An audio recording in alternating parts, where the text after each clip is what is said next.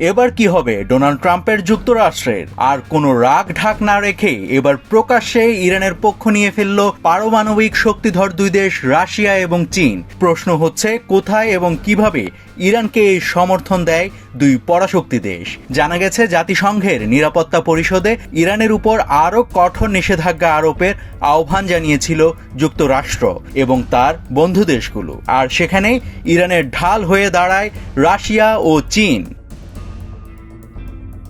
শুক্রবার নিউ ইয়র্কে অনুষ্ঠিত জাতিসংঘের নিরাপত্তা পরিষদের বৈঠকে ইরানের বিপক্ষে যুদ্ধের যৌক্তিকতা তুলে ধরার চেষ্টা করে যুক্তরাষ্ট্র, কিন্তু সেখানে বাধে গন্ডগোল। বাধা হয়ে দাঁড়ায় ভ্যাটো ক্ষমতার অধিকারী দুই দেশ রাশিয়া ও চীন।